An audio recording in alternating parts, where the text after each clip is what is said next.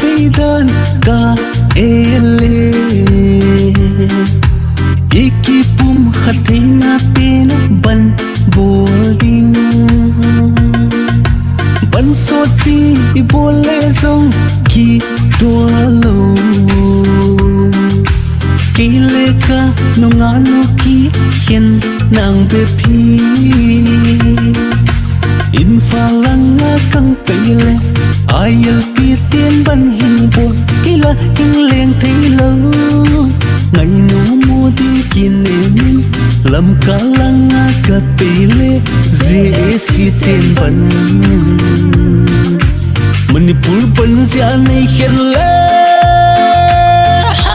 emele pu kung kang gen din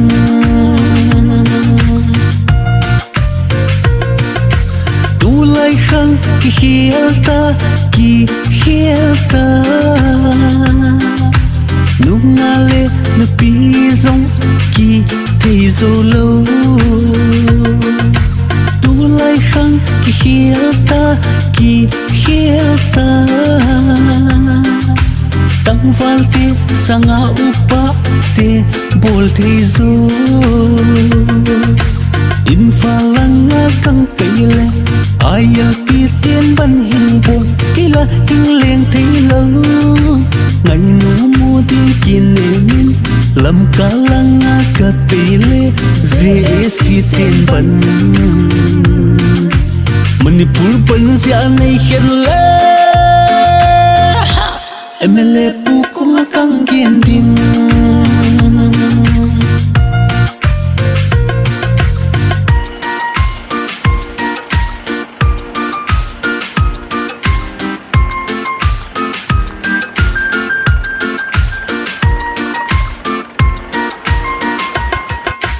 nunga te la hoi deu deu keila kul deu deu nunga te lungiela ki hiel deu deu sang ni non na haule na mel hoi ding cheng som non na haule auto driver na tan ding in falanga kang tole mera pai piten ban hin bo kila hing leng thi lo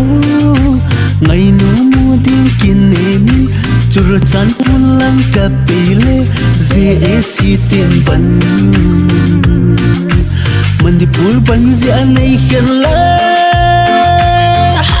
minister pu kung kang gen ding